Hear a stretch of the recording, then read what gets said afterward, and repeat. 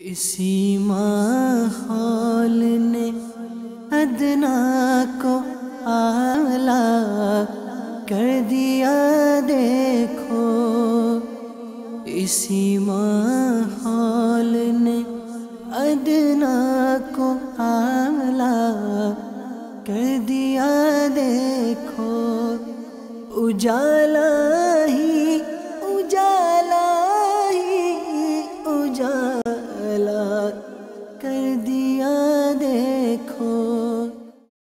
الحمدللہ رب العالمین والصلاة والسلام علی سید الانبیاء والمرسلین، اما بعد فاعوذ باللہ من الشیطان الرجیم، بسم اللہ الرحمن الرحیم۔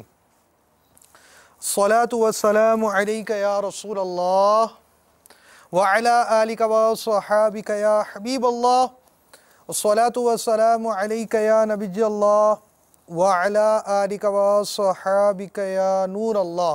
اللہ عز و جل کی رضا پانے اور ثواب کمانے کے لیے آئیے، جن کی پہلے سے اچھی نیت ہے وہ مزید، اور جن کی نہ ہو تو وہ نیتیں فرما لیں کہ سرکار مدینہ راحت قلب و سینہ فیض گنجینہ باعث نزول سکینہ صاحب معطر پسینہ صلی اللہ تعالی علیہ وآلہ وسلم کا فرمان باقرینہ ہے، نیت المؤمن خیر من عملہ، یعنی مومن کی نیت اس کے عمل سے بہتر ہے۔ ایک حدیث پاک میں ہے نیت بندے کو جنت میں داخل کرا دیتی ہے۔ عالم نیت شیخ طریقت امیر اہل سنت حضرت علامہ مولانا ابو البلال محمد الیاس عطار قادری رضوی دامت برکاتہ العالیہ فرماتے ہیں، نیک کام بغیر اچھی نیت کے کار ثواب نہیں ہوتا۔ نیک کام میں جس قدر اچھی نیت زیادہ، اسی قدر ثواب بھی زیادہ۔ نیز شیخ طریقت امیر اہل سنت نے پر فتن دور میں آسانی سے نیکیاں کرنے اور گناہوں سے بچنے کے طریقوں پر مشتمل شریعت و طریقت کا جامع مجموعہ بنام مدنی انعامات عطا فرمایا۔ ان میں سب سے پہلا مدنی انعام نیتوں ہی کا عطا فرمایا۔ مدنی انعام نمبر 1 کہ آج آپ نے کچھ نہ کچھ جائز کاموں سے پہلے اچھی نیتیں کی، نیز کم از کم 2 کو اس کی ترغیب دلائی۔ مدنی انعامات پر استقامت پانے کے لیے بھی مدنی انعام پر عمل کیجیے۔ جی ہاں، کہ آج اپنے یکسوئی کے ساتھ کم از کم 12 منٹ فکر مدینہ یعنی اپنے اعمال کا محاسبہ کرتے ہوئے جن مدنی انعامات پر عمل ہوا، رسالے میں اس کی خانہ پوری فرمائی، یعنی اپنے اعمال کا احتساب کر اس پر غور و خوض کرنا کہ آج میں نے اچھی نیتیں کی نہیں کی، کیا نہیں کیا، تو بہت سارے اعمال کو اس میں اللہ کی رحمت سے جمع کیا گیا ہے۔ اللہ عز و جل کی رضا پانے اور ثواب کمانے کی غرض سے مدنی انقلاب کے 9 حروف کی نسبت سے سلسلہ مدنی انقلاب دیکھنے کی 9 نیتیں۔ نمبر 1، اول تا آخر سلسلے میں شریک رہوں گا۔ جہاں اللہ عز و جل کا نام آئے گا وہاں تعالی یا تبارک و تعالی جیسے کلمات کے ذریعے اللہ رب العالمین کی تسبیح و تحمید کروں گا۔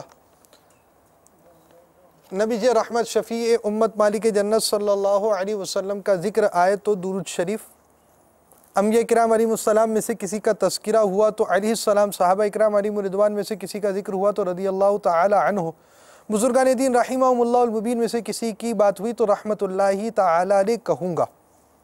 صلو علی الحبیب اذکر اللہ توبو الی اللہ وغیرہ سن کر ثواب کمانے کے لیے نمایاں آواز سے جواب دوں گا۔ سلسلے میں بیان ہونے والی مدنی بہار سے خود بھی درس حاصل کروں گا اگر بیان ہو تو، اور ثواب کی خاطر دوسروں کے آگے بیان کروں گا۔ اپنی کوئی مدنی بہار ہوئی تو دوسروں کی ترغیب کی نیت سے ریکارڈ کراؤں گا۔ الی غیر ذالک من نجات کثیرہ۔ آج کے بیان اور اب تک میرے پاس موجود نیکیوں پر اللہ عز و جل کی رحمت سے ملنے والا ثواب ایصال برائے جناب رسالت مآب صلی اللہ تعالی علیہ وآلہ وسلم، انبیاء و مرسلین، خلفاء راشدین، امہات المؤمنین، شہیدان و اسیران کربلا و زخمی کربلا، تمام صحابہ و تابعین و تبع تابعین، ائمہ مجتہدین خصوصاً ائمہ اربعہ اور ان کے مقلدین، سلاسل اربعہ کے مشائخ و مریدین، خصوصاً سیدنا عثمان غنی ذو النورین رضی اللہ تعالی عنہ، بالخصوص انہیں اور ان کے توسل سے مدنی قافلوں کے مسافرین، مدنی انعامات کے عامرین اور تمام مؤمنات و مؤمنین، مسلمات و مسلمین کو، خصوصاً سرکار اعلی حضرت و امیر اہل سنت، آمین۔ الحمدللہ یہ عز و جل سلسلے کی ترکیب ہے، مکمل سلسلہ بالثواب ہو پائے یہ ضروری نہیں، بھول کرتا پائیں تو فوراً میری اصلاح فرمائیں۔ شیخ طریقت امیر اہل سنت بانی دعوت اسلامی حضرت علامہ مولانا ابو البلال محمد الیاس عطار قادری رضوی دامت برکاتہم العالیہ آپ نے جہاں مختلف موضوعات پر تحریر فرمائی وہاں صحابہ اکرام علیہم رضوان کے حوالے سے بھی آپ کی تحریر ملتی ہیں، پیارے آقا مدینے والے مصطفیٰ صلی اللہ تعالیٰ علیہ وآلہ وسلم کے معجزات کا بیان بھی آپ کے رسائل کے اندر موجود، ساتھ ساتھ صحابہ اکرام علیہم رضوان کی سیرت، ان کی کرامات اور ان کے زندگی کے مہکے مشک بار گوشوں کی خوشبوؤں سے معطر رسائل بھی ہم پاتے ہیں۔ انہی میں سے ایک رسالہ اس وقت میرے ہاتھ میں ہے جس کا نام ہے کرامات عثمان غنی رضی اللہ تعالی عنہ۔ اس رسالے کے صفحہ نمبر 1 پر ہے، سرکار مدینہ منورہ سردار مکہ مکرمہ صلی اللہ تعالی علیہ وآلہ وسلم کا فرمان برکت نشان ہے، اے لوگو بے شک بروز قیامت اس کی دہشتوں اور حساب کتاب سے جلد نجات پانے والا شخص وہ ہوگا جس نے تم میں سے مجھ پر دنیا کے اندر بکثرت درود پڑھے ہوں گے۔ صلو علی الحبیب صلی اللہ تعالی علی محمد۔ تو دعوت اسلامی کے مدنی ماحول میں اللہ کی رحمت سے انبیاء کرام علیہم الصلاۃ و تسلیمات کا بھی ذکر ہوتا، صحابہ اکرام علیہم رضوان کا بھی ذکر ہوتا، اور ساتھ ساتھ اولیاء کرام کی بھی برکتیں حاصل کی جاتی ہیں، علماء اہل سنت کی شفقتوں کا بھی دخل ہے۔ اسی طرح شیخ طریقت امیر اہل سنت نے جیسا کہ میں نے عرض کیا کہ بعض موضوعات پر باقاعدہ رسائل لکھے، ان میں سے ایک رسالہ کرامات عثمان غنی رضی اللہ تعالیٰ عنہ۔ اس رسالے کے اندر کیا ہے میں کچھ آپ کو بیان کروں۔ پر اسرار معذور سیدنا عثمان غنی رضی اللہ تعالیٰ عنہ کی کنیت و القاب، آپ رضی اللہ تعالیٰ عنہ نے 2 بار جنت خریدی، 950 اونٹ اور 50 گھوڑے، جس کے بارے میں مفسر شہیر حکیم الامت حضرت مفتی احمد یار خان علیہ رحمۃ اللہ الحنان فرماتے ہیں، خیال رہے کہ یہ تو آپ کا اعلان تھا، مگر حاضر کرتے وقت آپ رضی اللہ تعالیٰ عنہ نے 950 اونٹ، 50 گھوڑے اور 1000 اشرفیہ پیش کی، اور پھر بعد میں 10,000 پیش کی۔ یعنی آپ رضی اللہ تعالیٰ عنہ نے پہلی بار کھڑے ہو کر 100 پھر 100 پھر 100 کا اعلان اس طرح کیا، تو اس کے بارے میں فرماتے کہ پہلی بار میں 100 کا اعلان، دوسری بار میں 100 اونٹ کے علاوہ 200 کا، اور تیسری بار میں 300 کا، یعنی پہلے 100 پھر 200 پھر 300 فرمایا، تو اس کا مطلب 100 جمع 200 جمع 300، اس طرح کل 600 کا اعلان کیا، اور جب بارگاہ رسالت میں لے کر حاضر ہوئے تو 950 اونٹ لے کر ان کی حاضری ہوئی۔ امور خیر کے لیے چندہ کرنا سنت ہے، عثمان غنی رضی اللہ تعالیٰ عنہ پر کرم، خون ریزی نامنظور، حسنین کریمین رضی اللہ تعالیٰ عنہما نے پہرا دیا، صحابہ اکرام علیہم رضوان آپس میں مہربان تھے، آپ کے کرامات کا ذکر اور کرامات کی تعریف آپ نے اپنے مدفن کی خبر دی، شہادت کے بعد غیبی آواز، مدفن میں فرشتوں کا ہجوم، اور اس میں بھی ہے ایک مدنی بہار اور ساتھ ساتھ مصافحہ کی سنتیں اور آداب۔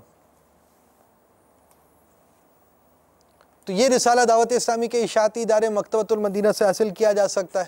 دعوت اسلامی کی ویب سائٹ www.dawat-islami.net سے بھی یہ رسالہ حاصل کیا جا سکتا ہے، تو وہاں سے بھی آپ مطالعہ کر سکتے ہیں، اور یہاں بھی آپ مکتبۃ المدینہ سے بھی خرید کر اس کا مطالعہ ہو سکتا ہے۔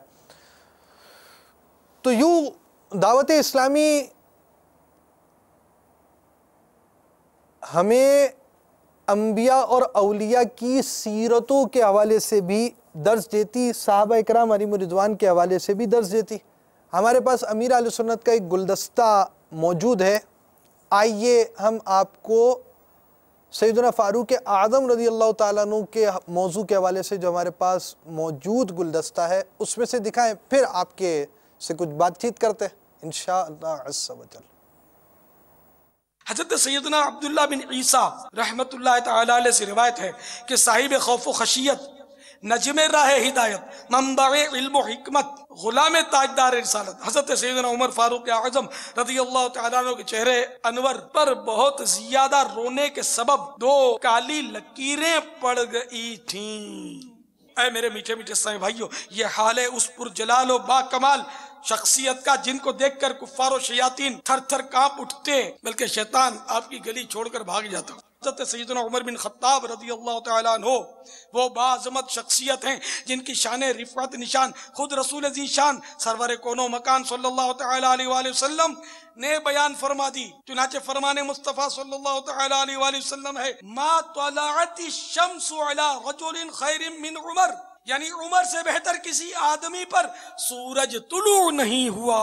میرے آقا کی کیا شان ہے، اپنے اس خادم مقبول بارگاہ کے بارے میں فرماتے ہیں جس نے عمر سے بغض رکھا اس نے مجھ سے بغض رکھا، اور جس نے عمر سے محبت کی اس نے مجھ سے محبت کی۔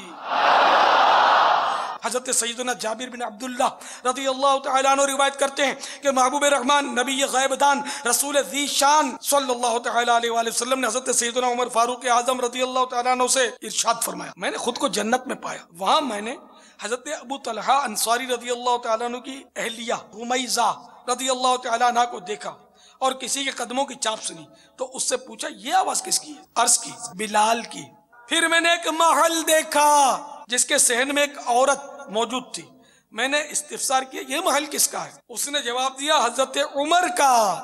مزید سرکار صلی اللہ تعالیٰ علیہ وآلہ وسلم فرماتے ہیں میں نے اس محل میں داخل ہونا چاہا مگر مجھے تمہاری غیرت یاد آ گئی۔ یہ سن کر حضرت سیدنا عمر رضی اللہ تعالیٰ عنہ رو پڑے اور اشک بار عرض گزار ہوئے، یا رسول اللہ عز و جل و صلی اللہ تعالیٰ علیہ وآلہ وسلم، کیا میں آپ پر بھی غیرت کر سکتا ہوں؟ تو میرے آقا اعلی حضرت امام اہل سنت مجدد دین و ملت پروانہ شمع رسالت عظیم البرکت عظیم المرتبت مولانا شاہ امام احمد رضا خان علیہ رحمت الرحمن جھوم جھوم کے فرماتے ہیں لا رب العرش جس کو جو ملا سے ملا، بٹتی ہے کونین میں نعمت رسول اللہ کی، خاک ہو کر عشق میں آرام سے سونا ملا، جان کی اکسیر ہے الفت رسول اللہ کی۔ ایک مرتبہ مدینہ منورہ زادہ اللہ شرفا و تعظیما میں زلزلہ آ گیا اور زمین زور زور سے ہلنے لگی۔ یہ دیکھ کر کرامت و عدالت کی اعلیٰ مثال صاحب جاہ و جلال امیر المومنین امام العادلین متمم الاربعین حضرت سیدنا عمر بن خطاب رضی اللہ تعالیٰ عنہ جلال میں آ گئے اور زمین پر اپنا درہ مار کر، درہ من چابک ہنٹر، زمین پر درہ مار کر فرمانے لگے اے زمین ٹھہر جا، کیا میں نے تیرے اوپر عدل نہیں کیا؟ کیا میں نے تیرے اوپر انصاف نہیں کیا؟ آپ رضی اللہ تعالیٰ عنہ کا فرمان جلالت نشان سنتے ہی زمین ساکن ہو گئی، ٹھہر گئی اور زلزلہ ختم ہو گیا، اور ایسا ختم ہوا، ایسا ختم ہوا، ایسا ختم ہوا کہ پھر آج تک دوبارہ مدینہ پاک زادہ اللہ شرفا و تعظیما میں زلزلہ نہیں آیا۔ میٹھے میٹھے اسلامی بھائیوں، اس روایت سے پتا چلا کہ صاحب جلالت جان شان عدالت امیر المومنین حضرت سیدنا عمر فاروق اعظم رضی اللہ تعالیٰ عنہ کی حکومت جس طرح ہوا پانی آگ پر تھی، اسی طرح زمین پر بھی آپ رضی اللہ تعالیٰ عنہ کا فرمان شاہی نافذ ہوتا تھا۔ اور ان بیان کردہ کرامات سے یہ بھی معلوم ہوتا ہے کہ اللہ رب العزت جل جلالہ اپنے خاص بندوں مصطفیٰ صلی اللہ تعالیٰ علیہ وآلہ وسلم کے غلاموں کو ہوا، آگ، پانی اور مٹی سبھی پر حکومت کرنے کا اختیار عطا فرماتا ہے۔ صلو علی الحبیب صلی اللہ تعالی علی محمد۔ آپ کو ایک اور گلدستہ ہم دکھائیں گے، پھر آپ سے اس گلدستے کے مدنی پھولوں کے حوالے سے پھر کچھ تبادلہ کریں گے۔ آئیے آپ کو کچھ اور دکھاتے ہیں۔ نبی پاک صلی اللہ تعالیٰ علیہ وآلہ وسلم کے لاڈلے کربلا میں خود ذبح ہو گئے. تو غریب و سادہ و رنگین ہے داستان حرم، نہایت یعنی انتہا، خاتمہ، تکمیل، نہایت اس کی حسین، ابتدا ہے اسماعیل. تو کاش ہم بھی قربانیاں دینے والے بنے. ہم لوگ صرف گفتار کے غازی ہیں، یعنی باتیں کرنے والے لوگ ہیں. کاش ہم کردار کے غازی بن جائیں. تو اس لیے سب اسلامی بھائی کم از کم یہ ذہن بنائیں کہ ہم قربانیوں کا جذبہ بیدار کرنے کے لیے کم از کم ہر مہینے 3 دن مدنی قافلے میں ضرور بے ضرور سفر کیا کریں گے. اور اسی محرم شریف کے مبارک مہینے میں جو چھٹیاں آتی ہیں، 8، 9، 10 تقریباً چھٹی ہوتی ہے، 2 دن ہوتی ہے، کبھی 3 دن چھٹی ہوتی ہے. تو ان دنوں کو بھی ہم مدنی قافلوں میں گزاریں گے انشاءاللہ عز و جل. صلو علی الحبیب صلی اللہ تعالی علی محمد. تو سیدنا عمر فاروق اعظم رضی اللہ تعالی عنہ کے حوالے سے اپنے مدنی پھول بیان کا سنا، اور ساتھ ساتھ ابھی آپ نے دوسرا مدنی مذاکرے کا ایک قصہ سنا جس میں حضرت امام حسین رضی اللہ تعالیٰ عنہ کے یاد کے حوالے سے اور ہمیں بھی کیا قربانیاں دینی ہیں اس حوالے سے درس دیا جا رہا.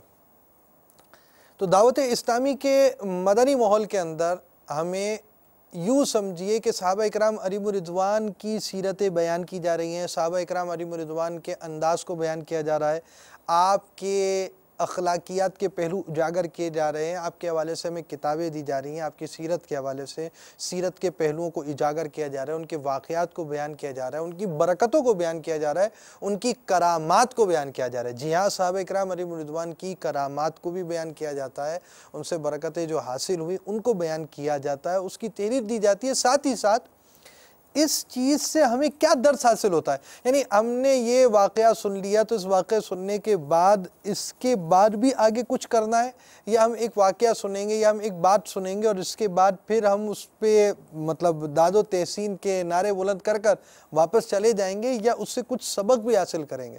صحابہ اکرام علیہم رضوان کی سیرتوں کے پہلو سے ہم نے کیا سبق حاصل کیا، اور اس سبق حاصل کرنے کی طرف بھی دعوت اسلامی ہماری توجہ دلا رہی ہے. اور پھر آپ یوں دیکھیں، بزرگان دین رحمہم اللہ المبین کے ان ایام کو منانے کی بھی بہت ساری برکتیں ہوتی ہیں.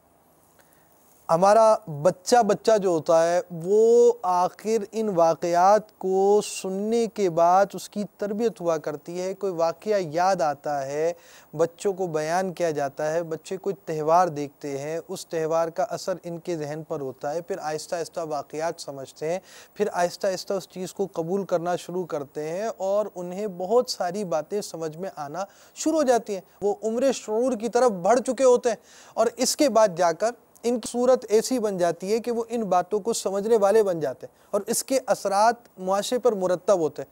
بھئی اگر ہم اولیاء کرام رحمہم اللہ السلام کے ایام کو منائیں، صحابہ کرام علیہم رضوان کے ایام کو منائیں، یا ہم انبیاء کرام علیہم السلام کے یوم ولادت کو منائیں، تو کیا ہوگا؟ اس میں انہی کے واقعات بیان کیے جائیں گے، ان کے معاشرے پر پڑنے والے اثرات کو بیان کیا جائے گا، ان کے نیکی کی دعوت کے انداز کو بیان کیا جائے گا، ان کو برائی کے منع کرنے کے انداز کو بیان کیا جائے گا، ان کی زندگی کے واقعات کو، ان کی عبادت کے واقعات کو، ان کے زہد و تقوی کے واقعات کو بیان کیا جاتا ہے، ان کے معاملات کو بیان کیا جاتا ہے، ان کے اقوال بیان کیے جاتے ہیں، ان کے افعال بیان کیے جاتے ہیں، ان کی تدبیریں بیان کی جاتی ہیں، کس انداز سے، کس حکمت عملی سے وہ نیکی کی دعوت دیا کرتے ہیں، ان چیزوں کو سنبھالا کرتے، وہ دنیا کو مینیج کیا کرتے، نیکی کی دعوت کس انداز سے دیتے، کھانے کا انداز کیا ہوتا، لباس کا انداز کیا ہوتا، کیا واقعہ ہوا، کبھی ایسا موقع ہوا تو انہوں نے کیا کیا. پھر ایسی چیزوں کے اثرات معاشرے پر پڑتے ہیں، بالخصوص بچوں پر یہ چیز پڑتی ہے. تو ایسے ایام اور اس طرح کے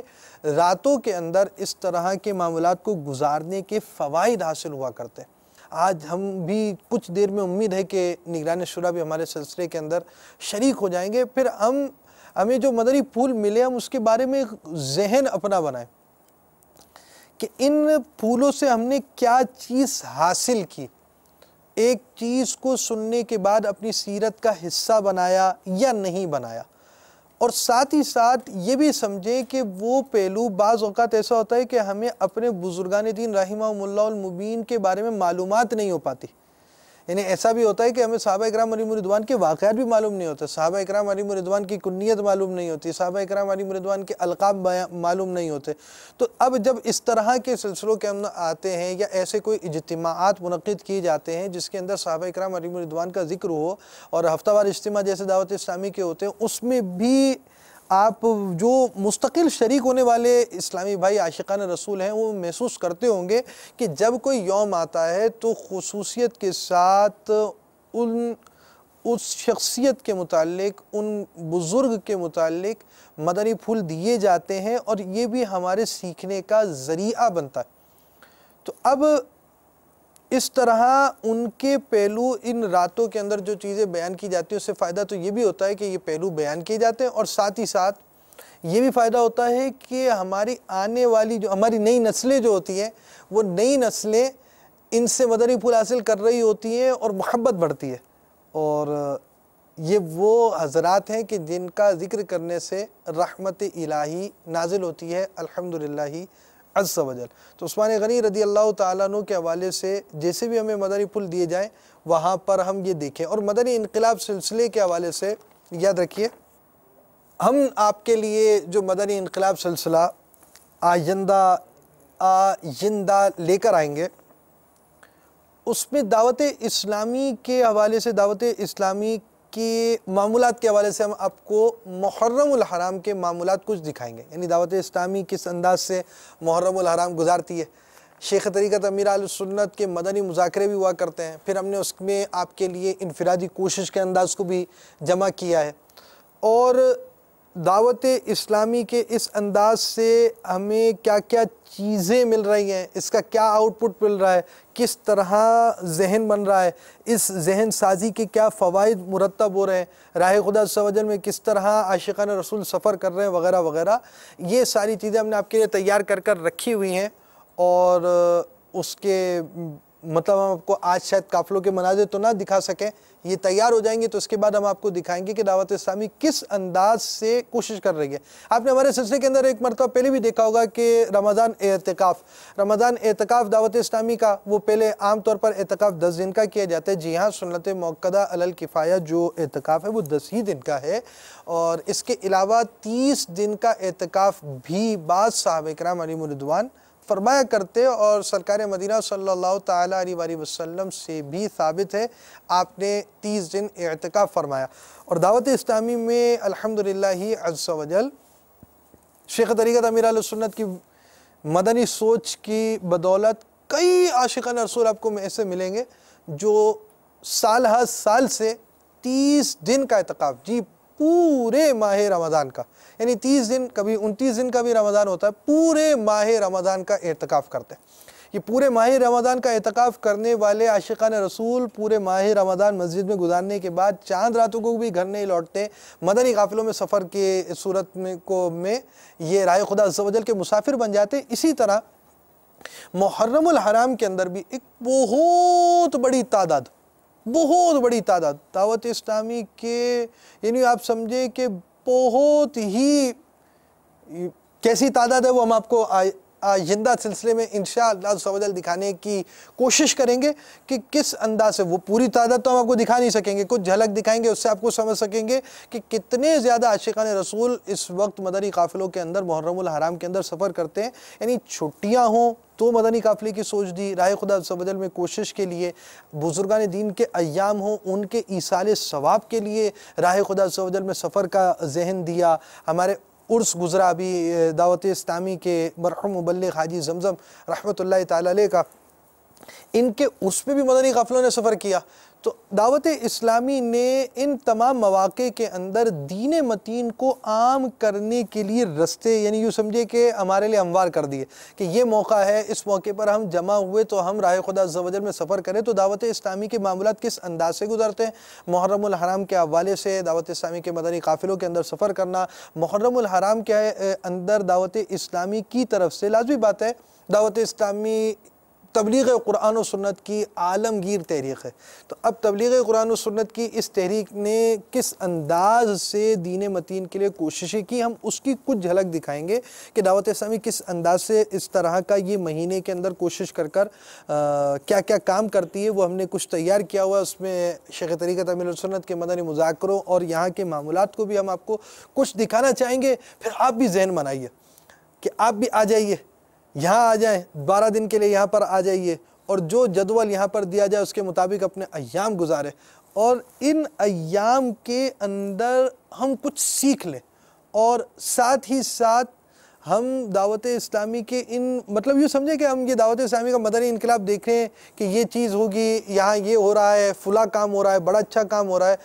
اچھے کام کو اچھی نیت سے سراہنا یقیناً کار ثواب ہے، بہت اچھی بات ہے، نیک کام کی بھی حوصلہ افزائی کرنی چاہیے، اور اچھی نیتوں سے حوصلہ افزائی کریں گے تو ثواب کے حقدار بھی بنیں گے۔ لیکن اس کے ساتھ ساتھ آپ کا عملی کردار کیا ہونا چاہیے، اس پر ہمیں غور کرنا ہوگا، اور ساتھ ہی ساتھ عثمان غنی رضی اللہ تعالیٰ عنہ کی سیرت کے حوالے سے بھی جو پہلو بیان کیے جائیں اس پر بھی ہمیں غور کرنا ہوگا۔ جیسے صورت بنے گی انشاءاللہ عز و جل، ہم نگران شورا کے مدنی پھول لیں گے۔ آئیے امیر اہل سنت کا ایک گلدستہ محرم الحرام کے حوالے سے ہم مزید دیکھتے ہیں۔ حضرت صاحب سے میرا سوال ہے کہ ماہ محرم میں جو عموماً کھچڑا پکایا جاتا ہے، اس کی اصل کیا ہے؟ کھچڑا کیسے رائج ہوا، شاید یہ اگر پوچھنا مقصود ہے۔ اب یہ تاریخ کا واقعہ ہے کہ جب معرکہ کربلا ختم ہوا، یزیدی لشکر جو تھا انہوں نے اپنے مقتولوں کو دفن کر لیا، اور اہل بیت اطہار کے نو شگفتہ پھولوں کو، ان کے جوانوں کو اور شہیدوں کو یوں بے گور و کفن چھوڑ گئے۔ یہ جب وہاں سے کوچ کر گئے تو قریبی کوئی گاؤں، غالباً مقام غادریہ یا بہرحال کسی قریبی گاؤں سے کچھ لوگ وہاں آئے، اور انہوں نے اہل بیت اطہار کے جو شہداء تھے ان کی تدفین کی، اور ان کے ایصال ثواب کے لیے کچھ اناج، چاول، گیہوں، کڑک جس کو آپ بولتے ہیں، کچھ دالیں، اس طرح مکس کر کے کوئی غذا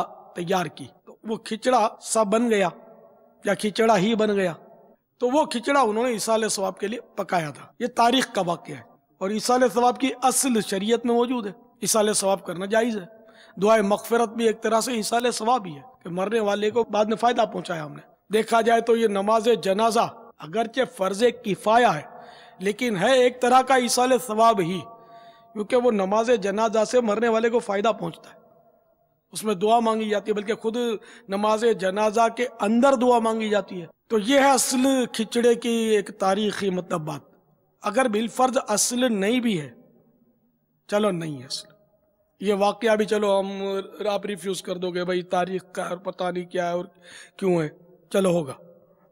تو کھچڑے میں مختلف اناج ڈالے جاتے ہیں، گوشت ڈالا جاتا ہے، پھر گھی، تیل، مسالہ وغیرہ ڈال کر ایک غذا پکائی جاتی ہے، ٹھیک ہے نا، اس کو کھچڑا بولتے ہیں۔ اب بولو کہ آپ ثابت کرو، تو پہلے میں آپ کو بولوں گا کہ آپ کی بریانی ثابت کرو، پھر میں کھچڑا ثابت کرتا ہوں۔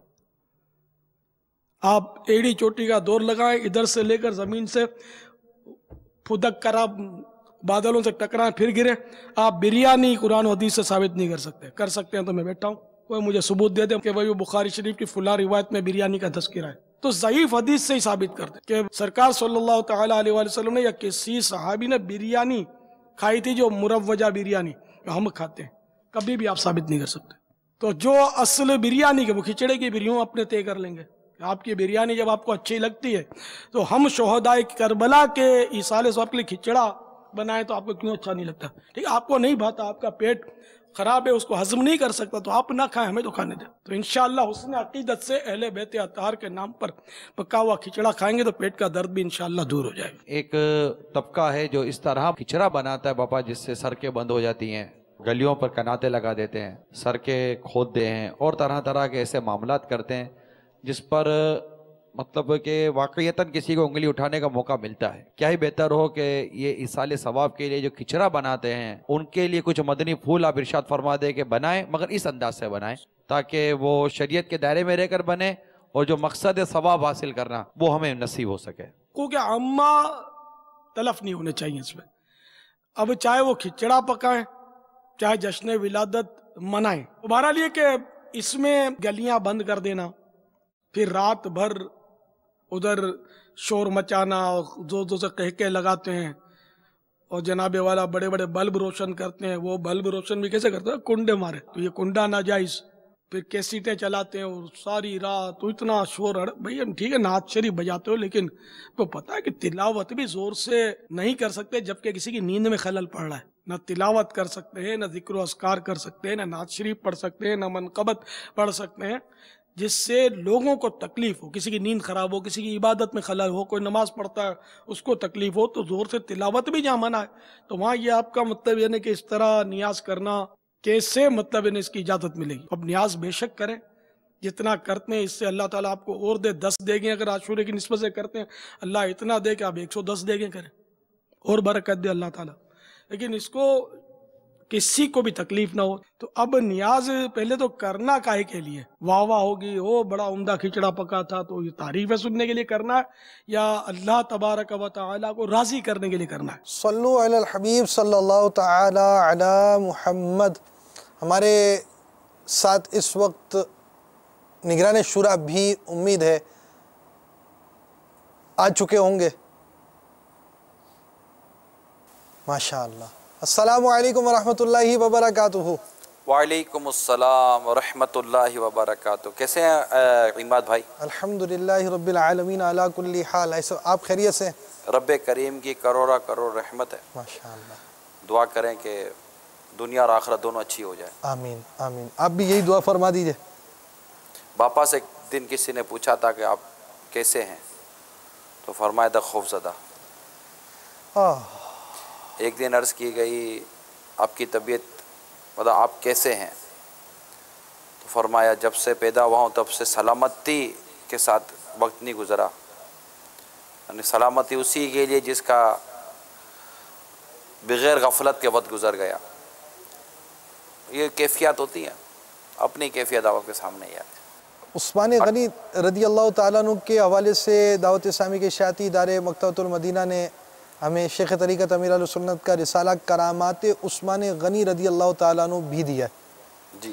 تو عام طور پر ہمارے ہاں ویسے ایک وہ رجحان جو ہوتا ہے وہ کرامت کے حوالے سے ایسا ہوتا ہے کہ ذہن نہیں بنا ہوتا کہ صحابہ کرام علیہم رضوان اور کرامات، اور اس میں اس موضوع کو ہائی لائٹ کیا گیا. یہ یوں سمجھے کہ ہماری توجہ اس طرف دلائی گئی. تو سیرت کے بہت سارے ایسا لگتا ہے پہلو ہوتے ہیں، کرامات بھی ہو گئے، اس کے ساتھ ساتھ ان کے واقعات بھی ہو گئے، اور دیگر کئی چیزیں شامل ہوتی ہیں ایک فرد کے ساتھ. آپ اس حوالے سے کیا فرمائیں گے کہ ایک سیرت کے کیا کیا پہلو ہوں گے عثمان غنی رضی اللہ تعالیٰ عنہ کے جو ہمارے لیے مدنی پھول حاصل کرنے کا سبب بنے؟ اس وقت میرے سامنے مکتبۃ المدینہ کی مطبوعہ اللہ والوں کی باتیں ہیں، اور اس میں کئی صحابہ کرام علیہم رضوان کا ذکر مبارک ہے. یہ کتاب ہے، اور اسی میں سیدنا عثمان غنی رضی اللہ تعالیٰ عنہ کا جہاں بیان ہے صفحہ نمبر 130 سے شروع ہوتا ہے. ماشاءاللہ. تو اس میں آپ کے سوال کا جواب یہاں موجود ہے. ماشاءاللہ. کہ سیدنا امیر المومنین عثمان غنی رضی اللہ تعالیٰ عنہ کے لیے، عثمان غنی رضی اللہ تعالیٰ عنہ اللہ کے لیے کمال انکساری کے ساتھ اظہار بندگی کرنے والے، ذو النورین جس کا کئی دفعہ بیان بھی ہو چکا، لقب پانے والے، خوف خدا رکھنے والے، راہ خدا میں 2 مرتبہ ہجرت کرنے والے، ماشاءاللہ. دونوں قبلوں یعنی بیت المقدس اور خانہ کعبہ کی طرف نماز پڑھنے کا شرف حاصل کرنے والے، مسلمانوں کے تیسرے عظیم الشان خلیفہ. نیز یہ کہ ان کا شمار اللہ تعالیٰ کے ان عبادت گزار بندوں میں ہوتا ہے جو ساری رات اللہ تعالیٰ کی بارگاہ میں سجدہ و قیام کی حالت میں رہتے، آخرت سے ڈرتے اور اپنے رب عز و جل کی رحمت کی آس لگائے رکھتے ہیں. آپ کی خصوصی صفات میں سخاوت و حیا، خوف خدا اور رحمت خداوندی کی ہمیشہ امید رکھنا شامل ہیں. دن سخاوت اور روزے کی حالت میں گزرتا تو رات بارگاہ خداوندی میں سجدہ و قیام میں کٹ جاتی۔ تو یہ ابتدائی چند مدنی پھول جو ایک ہی صفحے پر لکھے گئے، ورنہ آپ کے جو سیرت مبارکہ کے جو بخصوص جو آپ کی سیرت کو جو یاد کیا جاتا ہے وہ عموماً آپ کی سخاوت کے متعلق آپ کے بڑے واقعات ملتے ہیں، کیونکہ آپ کو اللہ تعالیٰ نے بہت زیادہ مال و اسباب سے نوازا تھا، تو آپ نے اس مال و اسباب کو راہ خدا میں خرچ کیا، اور جو خرچ کیا وہ آپ نے خرچ کیا، اور یوں سمجھیے کہ اس پر سرکار صلی اللہ تعالی علیہ وسلم نے کیسی کیسی دعائیں دی، سب کتابوں میں لکھا ہوا، جنت کی بشارتیں ملی۔ ساتھ ہی آپ کے سیرت میں ایک بہت پیارا موضوع بنتا ہے، وہ حیا،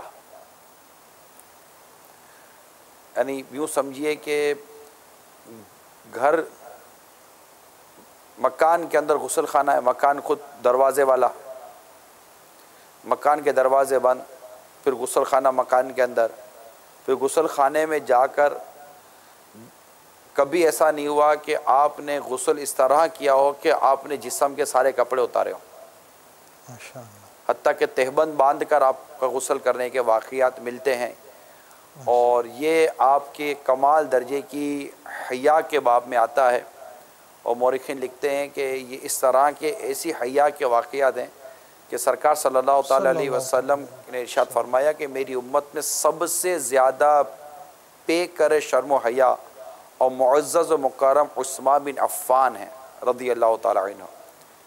تو یہ جو اماد بھائی مسئلہ یہی ہے کہ اس وقت جو جس چیز کا خاص بیان کرنا ہے وہ حیا ہے، یعنی کہ ایک شخص با وقت غسل اپنی کس قدر حیا کا اظہار کرتا ہے کہ جبکہ اسے کوئی نہیں دیکھ رہا غسل خانے میں، ہر ایک کو اس کی کیفیت اور وہاں کا ماحول اندازہ ہوتا ہے۔ اس دور میں جبکہ لوگوں کے سامنے حیا نہیں کرتے، اس طرح کے کھیل تماشے اور سی سائٹ پر، سوئمنگ پولز پر، اسپورٹس کے نام پر، فیشن کے نام پر مرد حضرات، یعنی عورتوں کا تو یا میں ذکر ہی کیا کروں، جن کو اپنے جسم چھپانے کی جو تعداد ہے ہوش ہی نہیں ہے، ان کے بازو ہوں یا گلا ہو یا سینہ ہو یا جسم کے وہ اعضاء جن کا چھپانا ان پر فرض ہے، بال ہیں، تو اس طرف تو ان کی توجہ ہی نہیں ہے نا۔ اب اللہ کرے کہ یہ اگر سن رہی ہوں اور ان کو کچھ اللہ تعالیٰ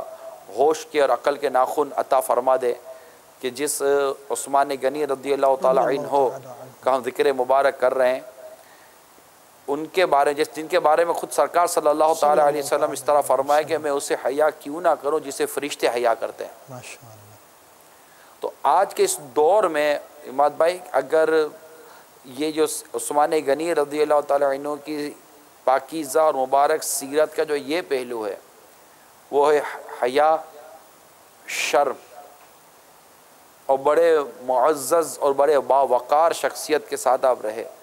آپ کو یاد ہوگا جب بیت رضوان کا واقعہ ہوا تو ان کا جو نام کا انتخاب ہوا، تو چونکہ اس وقت کفار مکہ میں بڑے معزز ترین قبیلے میں بڑے معزز ترین، اور یہ مطلب ایکسپیکٹ نہیں تھی کہ یہ جائیں گے تو ان کے ساتھ کوئی بدتمیزی یا ان کے ساتھ کوئی بے رخی کا انداز اختیار کرے گا، یہ ایسی شخصیت تھے اور وہ گئے تھے۔ اور آپ دیکھیے کہ یہ ایسی باوقار شخصیت تھے کہ ان کو باقاعدہ کفار مکہ نے کہا کہ آپ آئیں تو آپ عمرہ کر لیجئے، مگر سرکار صلی اللہ تعالیٰ علیہ وسلم کو انہوں نے آنے نہیں دیا، مگر چونکہ ان کا ذہن چل کا تھا کہ میں نے تو چل ہونا ہے، سبحان اللہ، تو انہوں نے سرکار صلی اللہ تعالیٰ وسلم کو چھوڑ کر عمرہ نہیں کیا۔ تو وہ ایک مقام و مرتبہ جو وہاں پر ظاہر ہوتا ہے، اور پھر صحابہ کرام علیہم و رضوان میں خود بارگاہ رسالت صلی اللہ علیہ وسلم میں جو مقام و مرتبہ تھا کہ یہ وہ مبارک ذات ہیں جو اس بیعت رضوان کا سبب بنے، جس کا ذکر قرآن پاک کے سورہ فتح میں موجود ہے۔ اس کا سبب سیدنا عثمان غنی رضی اللہ تعالیٰ عنہ بنے۔ یہ وہ ہیں جن کے بارے میں خود سرکار نے فرمایا کہ یہ ہاتھ میرا، یہ ایک ہاتھ فرمایا یہ ہاتھ عثمان کا ہے رضی اللہ تعالیٰ عنہ، یہ جن کی شہادت کی افواہ پر صحابہ کرام علیہم رضوان نے گویا کہ اس بات پر بیعت کی کہ ہم شہید ہو جائیں گے لیکن میدان سے نہیں بھاگیں گے. تو یہ ان کا مقام مرتبہ جو بارگاہ رسالت صلی اللہ تعالی وسلم میں اور خود بارگاہ الہی عز و جل میں جو ان کا مقام و مرتبہ قرآن مجید کی آیتوں میں بعض آیتیں ایسی ہیں جن کے شان نزول میں ان کا ذکر کیا جاتا ہے کہ اس میں ان کے متعلق ارشاد فرمایا گیا ہے. پھر آقا صلی اللہ تعالی وسلم کی 2 شہزادیاں ان کے وہ نکاح میں آنا، تو یہ بہت سارے واقعات ہیں. اس میں بالخصوص ایک حیا کا کانسیپٹ ایسا ہے کہ جس کو آج ہم سب کو لینا چاہیے. آج کے اس دور میں جہاں گھنٹوں لوگ باتھ روم میں وقت گزارتے ہیں، پتہ نہیں کیا کرتے ہیں باتھ روم میں، کچھ سمجھ نہیں پڑتی، اور طرح طرح کے باتھ روم کے اندر انہوں نے ساز و سامان لگائے ہوئے ہوتے ہیں. دیکھیں ناجائز و جائز و ناجائز، حرام و حلال پر بحث نہیں ہے، اور ہر چیز اس پر بحث کی بھی نہیں جاتی. بعض چیزیں مطلب کہ انسان اخلاقی طور پر اس پر غور کرتا ہے، سوچتا ہے، مینرز کے حوالے سوچتا ہے، اور اپنی زندگی مختصر زندگی کے حوالے سوچتا ہے کہ مجھے وقت کہاں زیادہ گزارنا ہے. یعنی اس وقت اس نازک دور میں عماد بھائی لوگوں کے پاس مسجد میں گزارنے کے لیے اتنا وقت نہیں ہے جتنا باتھ روم میں گزارنے کے لیے وقت ہے. اگر آپ کسی کو پوچھیں کہ آپ نے روز کا 1-1.5 گھنٹہ مسجد میں گزارا تو وہ شاید منع کر دے گا، لیکن 1-1.5 گھنٹہ باتھ روم میں گزارنے کے لیے، یا 1-1.5 گھنٹہ سوئمنگ پول کے اندر گزارنے کے لیے، 1-1.5 گھنٹہ 2 گھنٹے اتنی ران نظر آنے والی شارٹس پہن کر اسپورٹس پہ گزارنے کے لیے وقت ہے. مگر اس قوم کے پاس وقت نہیں، تو نماز کے لیے مسجد میں آنے کا وقت نہیں، مسجد میں دل نہیں ہے، باتھ روم میں بیٹھے رہیں گے. ایسا آپ کی اس بات سے ایک بات یہ بھی سمجھ میں آ رہی ہے کہ جہاں پر آپ نے حضرت سیدنا عثمان غنی رضی اللہ تعالیٰ عنہ کی حیا کا تذکرہ کیا، وہاں آپ یہ مدنی پھول دے رہے ہیں کہ ہم اپنی حیا کو بھی دیکھیں. یعنی تقابل آپ نے کیا، اگرچہ اس کا وہ یوں تقابل مجھے نہیں کہنا چاہیے کہ اس میں تو کوئی تقابل بنتا ہی نہیں ہے. سیدنا عثمان غنی رضی اللہ تعالیٰ عنہ کی جو شان ہے اور ہمارا جو حال ہے، تو آپ نے یعنی ایک سیرت سے یہ بات سمجھ میں آئی کہ سیرت کا کوئی گوشے کا کوئی مدنی پھول ہمارے سامنے آئے تو اس سے ہمیں کیا مدنی پھول لینے چاہیے، ہمیں اس انداز سے سیرت دیکھنی چاہیے. دیکھیں صحابہ کرام علیہم رضوان یہ وہ ذات مبارکہ ہیں جن کے بارے میں خود سرکار صلی اللہ تعالیٰ علیہ وسلم کا اس طرح کا ارشاد جیسے ملتا ہے کہ مطلب جو ان میں سے کسی ایک کی پیروی کر لے گا ہدایت پا جائے گا.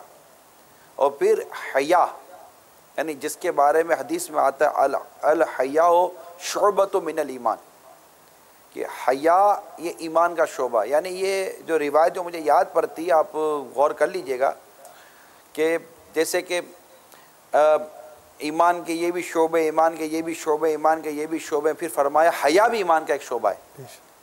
یہاں حیا کا خاص ذکر کیا گیا. جیسے 2 5 10 افراد بیٹھے ہوئے ہیں، تو بھائی آپ سب کی میرے گھر پہ دعوت ہے، ہاں عماد بھائی آپ بھی ضرور آئیے گا. اب عماد بھائی کا خاص نام لینا، یہ عماد بھائی کی ایک طرح سے الگ سے اہمیت بیان کرنا ہوگا. جن 10 کو میں نے دعوت دی ان 10 میں عماد بھائی موجود تھے، لیکن پھر 10 کو دعوت دینے کے بعد یہ کہنے عماد بھائی آپ بھی ضرور آئیے گا، تو آپ مطلب ایک نوٹس ہے نا. تو یہ ایمان کے شعبے ہیں. اور پھر اس میں حیا بھی ایمان کا ایک شعبہ، مگر الگ سے حیا کا بیان کیا گیا کہ الحیاء شعبۃ من الایمان، کہ حیا بھی ایمان کا ایک شعبہ ہے. حیا ایمان سے، اور مطلب جس میں جتنی حیا و شرم ہو وہ جتنی بڑے خیر ہے، اور جس میں حیا نہیں اس کو جو جی چاہے گا. آج جو ہمارے یہاں جو بربادی ہے نا، وہ شرم و حیا کا اٹھ جانا ہے. مطلب نہ بیوی کو شوہر کے آگے شرم و حیا رہی، نہ اولاد کو ماں باپ کے آگے شرم و حیا رہی، نہ پڑوسی کو پڑوسی کے آگے شرم و حیا رہی، نہ بہن کو بھائی کے آگے شرم و حیا رہی، نہ بھائی کو بہن کے آگے شرم و حیا رہی ہے. آپس کی گفتگو کے انداز، کھیل تماشوں کے انداز، رشتہ داروں میں شرم و حیا نام کی کوئی چیز نہیں ہے. آپ کو یاد ہوگا کہ پہلے مطلب کہ کوئی بڑی بریوں کے آپ غور کر لیں واقعات، تو وہ ان کے بارے میں جو ذکر ہم سنتے رہتے ہیں، آج سے 60-70 سال پہلے آپ چلے جائیں تو بڑی بڑی بوڑھیاں بھی کوئی غیر مت گھر میں آ جاتا تو چہرے پر وہ پلو ڈال لیا کرتی تھیں کہ کوئی، آپ کو یاد ہوتا ہوگا اس طرح مطلب سنتے دیتے پتہ چلتا رہتا تھا. مگر اب تو ایسا نہیں ہے نا. اب تو مطلب کہ وہ انٹی خطرے کی گھنٹی بنی ہوئی ہوتی ہے، اسی کو شرم و حیا کا مطلب نہیں ہوتا. وہ جتنی وہ بوڑھی ہو رہی ہوتی ہے وہ سمجھتی ہے کہ میں جوان بن جاؤں. تو اتنی فیشن نے ہماری حیا کو نقصان پہنچایا، ماڈرنزم نے ہماری حیا کو نقصان پہنچایا، تعلیم کے نام نے ہماری حیا کو نقصان پہنچایا. یہ خود الیکٹرانک میڈیا جس پر آج آپ اور میں ایک دوسرے سے بات چیت کر رہے ہیں, اس نے کس قدر حیا کو نقصان پہنچایا. اللہ مدنی چینل کو سلامت رہے کہ جو اس حیا کو بچانے کی کوشش کر رہی ہے, جو اب رہے کہ مطلب کیا کریں. اب یہ بھی نہیں یہ کہو کہ حیا کا جنازہ نکل گیا تو پتہ نہیں کب کے نکل گیا ہے. تو یہ کیفیت ہے. تو سیدنا عثمان غنی رضی اللہ تعالی عنہ کی سیرت کا یہ جو پہلو ہے نا, حیا, شرم, نرم دلی, یہ اس کی بہت حاجت ہے ہمارے معاشرے کو. اس طرف رجحان نہیں ہے لوگوں کا. اور یعنی آپ نے ایسا موضوع لیا کہ ان کی سیرت کا وہ موضوع لیا کہ جس کی طرف ہماری توجہ نہیں ہے تو توجہ چلی جائے. توجہ جانی چاہیے, کیونکہ آپ کی سخاوت عموماً بڑی بوڑھیاں یا ماں باپ یہ کہتے ہیں اللہ تجھے عثمان غنی کا خزانہ دے. ہمیں چاہیے بھی وہ چیز جو ہمارے نفس کو بھاتی ہو. اماں جان بول دو نا کہ اللہ تعالیٰ تجھے حضرت عثمان غنی کی حیا نصیب کرے. اس حیا کا صدقہ نظر, مالی دولت پر ہی نظر ہے. عثمان غنی رضی اللہ عنہ کا خزانہ چاہیے. کبھی عثمان غنی رضی اللہ تعالیٰ عنہ کی سخاوت کا بیان کیا, آپ کی عبادت کا بیان کیا, جو ایک ایک رات میں پورا قرآن ختم کرتے تھے. اس قرآن کا بیان کیا جو مصحف قرآن شریف جو آج ہم پڑھ رہے ہیں, اس کو جمع کرنے والے اور اس کو ایک پر لانے والے امت کو سیدنا عثمان غنی رضی اللہ تعالیٰ عنہ ہیں. جامع القرآن جنہیں کہا جاتا ہے. تو حضرت عثمان غنی رضی اللہ تعالیٰ عنہ کا مال ہی نظر آتا ہے, ان کی سخاوت نظر نہیں آتی, ان کی دیانت نظر نہیں آتی. جب جمعہ کا خطبہ دیتے امیر المومنین رضی اللہ تعالیٰ عنہ, اس وقت انتہائی کم قیمت کا لباس ان کے بدن پر ظاہر ہو رہا ہے. یہ کم قیمت لباس آپ کو نظر نہیں آ رہا, ان کی سادگی نظر نہیں آ رہی, ان کا راہ خدا عز و جل میں ڈٹ جانا یہ نظر نہیں آ رہا, اس دین اور اسلام کے لیے خدمت کرنا نظر نہیں آ رہا. ان کی تجارت نظر آ رہی ہے مگر ان کی سخاوت نظر نہیں آ رہی. ان کا مال و دولت نظر آ رہا ہے مگر راہ خدا میں لٹانا نظر نہیں آ رہا. ان کے مطلب کہ وہ بہت سارے سیرت کے پہلو ہیں کہ اس قدر تجارت پر رہنے کے باوجود بھی ان کا راہ خدا عز و جل میں سفر کرنا, ہجرت کرنا اور پھر میدان جہاد میں سرکار صلی اللہ تعالیٰ علیہ وسلم کے ساتھ ٹھہرنا, یہ ساری چیزیں نظر نہیں آ رہی. ایسا ابھی آپ نے یہ فرمایا کہ ان کی سیرت کے بہت سارے پہلو ہیں, تو کیا یہ اچھا ہو کہ آپ ان کی سیرت کے کچھ پہلو ہمیں بیان کر دیں اور اس کے حوالے سے ہمیں مدنی پھول بھی ملے. میں بالخصوص جو آج میرا جو ذہن تھا, یہ تو خیر ان کی ایک ابتدائی جیسا کہہ رہے ہیں کہ ابتدائی آتا اور ہر موضوع اپنے اندر پورا ایک بیان رکھتا ہے. ہر مبلغ اس بات کو سمجھ سکتا ہے کہ ان کی سخاوت لے لیجئے, ان کی وہ سرکار صلی اللہ علیہ وسلم کی بارگاہ میں جو ان کو قرب حاصل تھا وہ لے لیجئے. تو یہ سارے, لیکن آج جو بالخصوص جو مطلب کہ ان کی جو مبارک سیرت کا جو پہلو میرے ذہن میں تھا وہ تھا آپ کے دور خلافت کے واقعات. عموماً یہ طرح کے واقعات یہ ہمارے اتنے پیش نظر نہیں رہتے. تو اگر آپ کہیں تو میں انشاءاللہ تعالی ہمارے مدنی چینل کے ناظرین کو ان کی جو مبارک سیرت ہے, ان کے دور خلافت کے جو واقعات ہیں کہ اسلام نے ان کے دور خلافت میں کتنی تیزی کے ساتھ ترقی کی, سبحان اللہ, اس پر کچھ عرض کرنے کی کوشش کروں. یعنی اب یوں سمجھے کہ آپ ایسا ہمارا موضوع یہ ہو گیا کہ حضرت عثمان غنی کا دور خلافت, اور اس حوالے سے آپ ہمیں مدنی پھول دے دیجئے. کیونکہ یہ تھوڑا سا وہ اتنا نمایاں نہیں ہو سکا.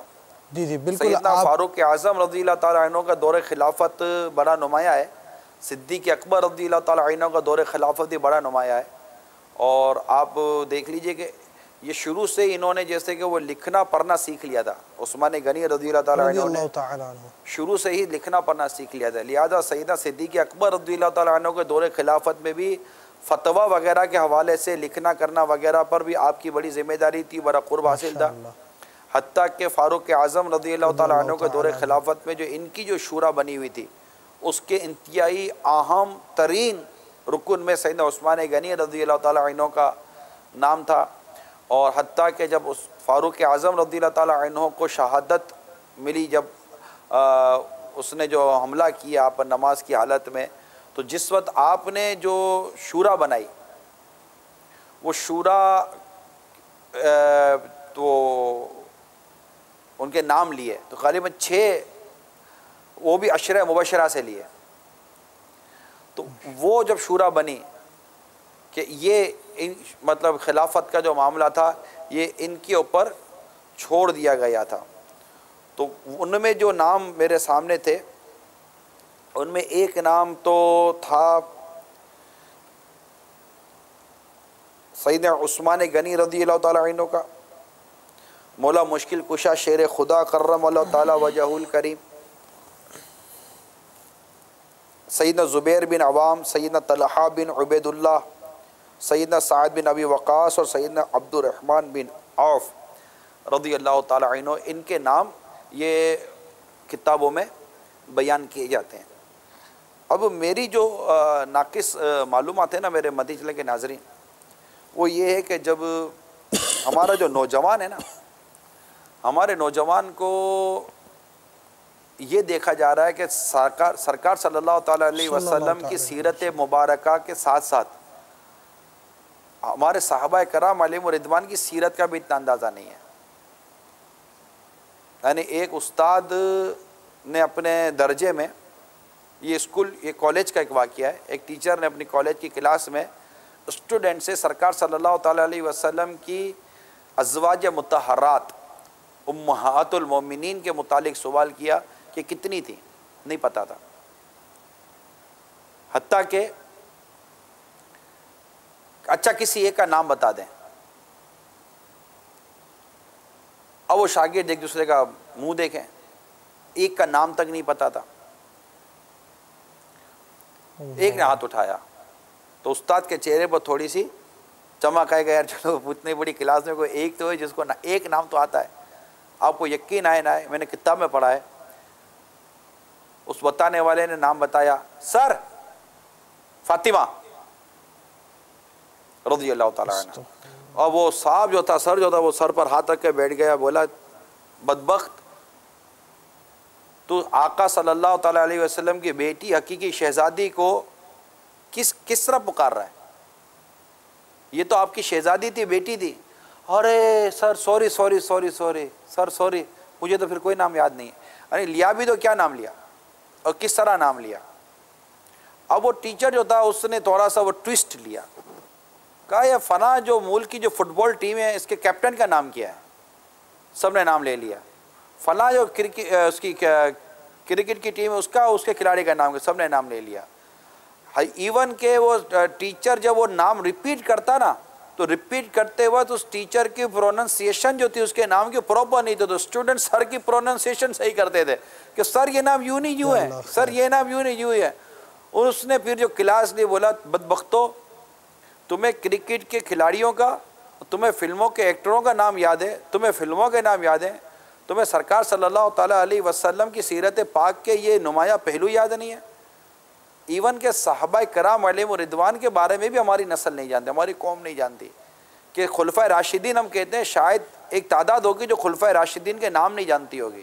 ارے ایک جو مذہبی ماحول کے قریب آتے ہیں، بیٹھتے ہیں، سنتے ہیں، مدنی مذاکروں میں شرکت کرتے ہیں، مدنی چینل دیکھتے ہیں، یا مطلب کسی طور پر بھی ان کا مذہبی حوالے سے کیپ اینڈ ٹچ ہے، وہ کچھ نہ کچھ معلومات رکھتے ہیں. ورنہ ایک تعداد ہے جو خلفائے راشدین، یہ خلفائے راشدین جو لفظ ہے نا، خلفائے راشدین، یہ بھی شاید کو نام سمجھتے ہوں گے کہ یہ خلفائے راشدین کیا ہیں. نہیں ایسا آپ کہہ رہے کہ نہیں پتا ہوگا، پتا ہونا چاہیے ایسا. بالکل پتہ ہونا چاہیے، اس کا انکار نہیں ہے، مگر نہ پتہ ہونے کی وجہ یہی ہے کہ اس طرف رجحان نہیں ہے. ہماری جو اسلام کی تاریخ ہے، اسلامی کی ہسٹری ہے، اس کے بارے میں پتہ نہیں ہے. امریکہ کیسے دریافت ہوا، برطانیہ میں کیا ہوا تھا، فلاں ملک میں کیا ہوا تھا، فلاں ملک کا انقلاب کیسے آیا تھا، فلاں نے یوں کیسے کیا تھا، تو فلاں نے سمندر کیسے پار کیا تھا، فلاں نے پہاڑ کی چوٹی کیسے پار کی تھی، سب پتہ ہے. نہیں ہے پتہ تو سرکار صلی اللہ تعالیٰ علیہ وسلم کی سیرت کے بارے میں علم نہیں ہے، صحابہ کرام علیہم رضوان کی سیرت مبارکہ کے متعلق اتنا خاص علم نہیں ہے، یعنی نام تک نہیں پتہ. اگر آپ کسی کو پوچھے گا سلمان فارسی رضی اللہ تعالیٰ عنہ کون تھے، شاید ایک تعداد نہیں بتا سکے گی. حضرت سعد بن نبی وقاص رضی اللہ تعالیٰ عنہ کون تھے یہ نہیں بتا سکیں گے. عشرہ مبشرہ یہ عربی لفظ ہے، لیکن یہ ایک تعداد ہوگی جو یہ بھی نہیں جانتے کہ عشرہ مبشرہ سے مراد کیا ہے، اس سے کیا، اس کا مطلب کیا عشرہ مبشرہ کا. اب پوچھیے عشرہ مبشرہ کے نام بتا دیئے. وہ 10 صحابہ عشرہ مبشرہ، 10 وہ صحابہ جن کو جنت کی بشارت دی گئی، بشارت پانے والے 10 صحابہ. یوں تو ہر صحابی جنتی ہے، لیکن وہ خاص یہ 10 صحابی صحابہ کرام علیہم رضوان جن کو سرکار صلی اللہ تعالیٰ علیہ وسلم نے جنت کی بشارت عطا فرمائی، ان کے نام تک ان کو نہیں پتہ ہوں گے. پھر صدیق اکبر رضی اللہ تعالیٰ عنہ کی خلافت کیسے ہوئی، سرکار صلی اللہ علیہ وسلم کے وصال ظاہری کے وقت کیا کیفیت تھی، فاروق اعظم رضی اللہ تعالیٰ عنہ کی خلافت کیسے ہوئی، اسلام کس طرح تیزی سے پھیلا، یہ مطلب نہیں اندازہ ہوتا. سب اس سے تو بہت سارے موضوعات بن گئے کہ جس کے بارے میں ہمیں باقاعدہ علم حاصل کرنا چاہیے، کتابوں کا مطالعہ کرنا چاہیے، سنتوں بڑے بیانات سننے چاہیے تاکہ ہماری یہ معلومات بھی جو کمی ہے وہ پوری ہو سکے. نہیں، میں آپ کے واقعی سلسلے کے توسط سے میرے مدنی چینل کے ناظرین کو یہ عرض کروں کہ اپنی اولاد کو بتائیں، پھر اولاد کو بتائیں، خود تو جانیں. صحابہ کرام علیہم رضوان کا جب مبارک دور ختم ہوتا ہے، ایک ایک کر کے تمام صحابہ کرام علیہم رضوان پردہ کرتے ہیں. اس کے بعد ائمہ مجتہدین تابعین کا دور جو چلا، کس طرح مطلب کہ اسلام کی خدمت ہوئی. امام اعظم امام ابو حنیفہ رحمۃ اللہ تعالیٰ علیہ کے بارے میں ہمیں کتنا پتہ ہے. ہمارے جو محدثین جو گزرے ہیں اماد بھائی، ان کے بارے میں ہمیں کتنا پتہ ہے. آپ خود غور کریں، اسلام کی یہ بنیادی باتیں تھے، اتنے خوبصورت خوبصورت واقعات، ان کی عبادتوں کے، ان کی ریاضتوں کے، ان کے تقوی کے، ان کے پرہیزگاریوں کے. پھر ماں کا ادب، ماں کا اتنے بڑے بڑے پائے کے بزرگ ہوتے تھے، محدثین تھے، مفسرین گزرے، فقہاء کرام گزرے. میں نے کتابوں میں پڑھا ان کی ماں اور والد کے جو ادب کے جو واقعات ہیں، اللہ اللہ اللہ، آدمی مطلب سر پکڑ کے بیٹھ جائے. یہاں 2 پیسے ہاتھ میں آ جاتے ہیں تو ماں باپ کو لفٹ نہیں کراتے. یہاں بڑے بڑے محدثین اپنے طلباء کے درمیان درس حدیث دیتے اور ماں پکارتے کہ بیٹا جاؤ مرغی کو دانہ ڈال دو، تو وہ فوراً درس حدیث چھوڑتے، اٹھتے طلباء کے سامنے مرغی کو دانہ ڈالتے اور دانہ ڈال کے بیٹھ جاتے اور دوبارہ درس دینا شروع کر دیتے تھے. ایسے ایسے واقعات میں نے پڑھے یار. ابو ہریرہ رضی اللہ تعالیٰ عنہ کی جو ماں کی خواہش و فرمائش پورے کرنے کے جو واقعات ہیں، اور صحابہ کرام علیہم رضوان کی جو ماں اور باپ کے ادب و تعظیم کے جو واقعات ہیں، انہوں نے جو اپنی بچوں کے ساتھ، ازواج کے ساتھ بھی، بچوں کی امیوں کے ساتھ جو انداز اختیار کے واقع صحابیات کے جو واقعات ہیں، اللہ ہمیں توفیق دے. درست بات یہ کہ دیکھیں یہ کتاب جو میں نے اب آپ کو دکھائی نا، میں مدنی چلے کے ناظرین کو اس کتاب کا مطالعہ کر لیں. اس میں کئی صحابہ کرام علیہم رضوان کے بہت خوبصورت بڑے پیارے واقعات لکھے ہیں، اللہ والوں کی باتیں، مختصر ان کا ذکر مبارک، ان کے مطلب کہ کچھ سیرت کے بارے میں، پھر ان کے اقوال ارشاد کے بارے میں. اتنی خوبصورت اور اتنی جامع اور اتنی پائے کی کتاب ہے یہ اللہ والوں کی باتیں کہ اس کو میں بیان نہیں کر سکتا. ایسا عثمان غنی رضی اللہ تعالیٰ عنہ کی خلافت کے حوالے سے بھی مدنی پھول ہیں اس میں؟ ان کی خلافت کے حوالے سے بھی اس میں کچھ نہ کچھ آپ کو، یعنی وہ ان کا انداز کیسے تھا خلافت، جیسے میں نے آپ کو کہا نا کہ وہ ان کی عبادت کا انداز، پھر قرآن کی تلاوت کا انداز. تو اب اتنی بڑی خلافت تھی اماد بھائی، اتنی بڑی خلافت تھی، مگر عبادت و نماز کا عالم دیکھیے. ہمارے یہاں تو کوئی تھوڑی سی مطلب ذمہ داری آ جاتی ہے تو کہتے ہیں جناب کام بہت ہے. کچھ عرصے پہلے ایک افسر سے ملاقات ہوئی. اب وہ افسر تھا بڑا افسر، وہ افسر اپنی مطلب کہ خصوصیت کیا بیان کر رہا پتہ ہے؟ مطلب میں وہ بہت مصروف ہوتا ہوں لیکن میں گھر جا کر 5 نمازیں رات کو پڑھ لیتا ہوں. اب بتائیے یار، اس کو میں نے سمجھایا یار، یہ مطلب بہت بڑا آدمی تھا نا، بہت بڑا آدمی تھا، یہ سرکاری افسر تھا کہ میں نماز گھر میں پڑھ لیتا ہوں. 5 نماز کا بولا یا 2-3 نمازوں کا بولا، یا یہ بولا شاید کہ جو پورے دن میں نماز قضا ہوتی ہے، مصروفیت ہوتی ہے تو میں گھر پہ رات کو ادا کر لے. اس طرح کی ملی جلی سے کوئی بات کی. پھر اس کو سیدنا عمر فاروق رضی اللہ تعالیٰ عنہ کی خلافت کا میں نے حوالہ دیا. ایک اتنی بڑی خلافت، اتنی بڑی زمین کے اب خلیفہ تھے، کوئی کمیونیکیشن نظام نہیں تھا اس ٹائم پر، اور کیفیت یہ تھی کہ اب امامت کروا دیتے. کیا بات ہے! جب آپ پر حملہ ہوا تو اس وقت آپ مصلی پر تھے، امامت کے مصلی پر تھے، اور آپ کو مطلب اس وقت خنجر مار کر زخمی کیا گیا، اور کیفیت یہ تھی کہ اس وقت بھی اتنا مت تھا کہ آپ نے کو آگے کیا کہ وہ اپنی نماز صحابہ کرام کی نماز پوری کروا دیں. اور جب ہوش آیا تو ہوش آتی سب سے پہلے سوال کیا کہ کیا نماز کا وقت ہے؟ نماز کے بغیر بھی انسان کس کام کا؟ اتنی عظیم یہ ہماری شخصیات گزری، ان کے یہ پہلو گزرے. خود عثمان غنی رضی اللہ تعالیٰ عنہ کے خلاف جو سازش ہوئی اور جس وقت ان کو شہید کیا جانے لگا، کیفیت یہ تھی کہ ان کے گھر کا محاصرہ ہوا ہے اور ایک عرصے سے سورش ہو رہی ہے، باغیوں نے گھیرا ڈالا ہوا ہے. سیدنا مولا علی کرم اللہ تعالیٰ وجہہ الکریم نے اپنے دونوں حقیقی شہزادوں کو ان کی محبت دیکھیں آپس میں، عثمان غنی رضی اللہ تعالیٰ عنہ اور سیدنا مشکل کشا مولا مشکل کشا شیر خدا کرم اللہ تعالیٰ وجہ الکریم حسنین کریمین، ان کی محبتیں دیکھیں کہ انہوں نے ان کی حفاظت کے لیے خود اپنے شہزادے آگے کر دیے تھے کہ گیٹ پہ رکنا، کسی کو اندر نہیں آنے دینا، خبردار ان کو اگر نقصان پہنچا دو. تو وہ بلوائی تو چھت سے کود کر آئے تھے نا، اس وقت بھی جانتے تھے، مگر قرآن کی تلاوت میں مصروف تھے. حتیٰ کہ جب آپ پر حملہ ہوا تب بھی قرآن کی تلاوت میں مصروف تھے.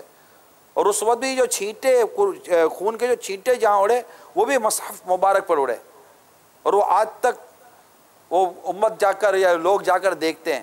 وہ کہیں وہ میوزیم ہے کوئی ترکی وغیرہ میں وہاں رکھا ہوا ہے، مگر یہ دیکھتے ہیں کہ یہ وہ قرآن شریف ہے کہ جب عثمان غنی رضی اللہ تعالیٰ عنہ کی شہادت ہوئی تو قرآن شریف کے اس نسخے پر، قرآن شریف پر یہ مطلب کہ خون کے چھینٹے تھے. اس وقت بھی کیا مسلمان یہ نیت کر لیتا ہے کہ آج کے بعد میں قرآن کی تلاوت کروں گا؟